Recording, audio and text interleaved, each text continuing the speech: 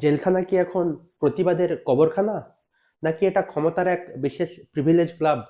যখন দেশের একজন বিজ্ঞানীকে ন্যায়ের দাবিতে পদযাত্রা করার জন্য আটক হতে হয়, আর একজন সাজাপ্রাপ্ত ধর্ষক বারবার প্যারোলে মুক্তি পেয়ে রাজকীয় জীবন কাটায়, তখন বুঝতে হবে গণতন্ত্রের স্বাস্থ্য খুব একটা ভালো নেই।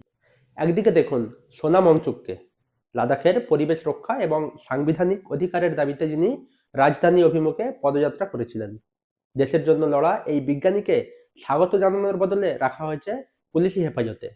তার অপরাধ কি?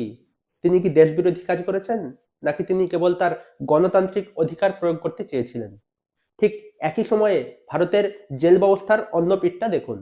বাবা রাম রহিম একজন সন্ন্যাসী, একজন সাধু, অথচ একজন সাজাপ্রাপ্ত অপরাধী, যার বিরুদ্ধে ধর্ষণ এবং খুনের মতো জঘন্য অপরাধ প্রমাণিত। কিন্তু অবাক করার মতো তথ্য হলো, গত কয়েক বছরে তিনি বারবার প্যারোলে মুক্তি পেয়েছেন। পরিসংখ্যান বলছে গত 4 বছরে তিনি প্রায় 200 দিনের বেশি জেলের বাইরে কাটিয়েছেন।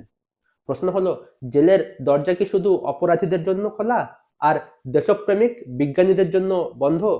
যদি সোনাম ওয়াংচুকের মতো মানুষ আটক থাকেন আর রাম রহিমরা বাইরে ঘুরে বেড়ান, তবে বুঝতে হবে আমাদের ন্যায়ের পাল্লা একপাশে ভীষণভাবে হেলে পড়েছে।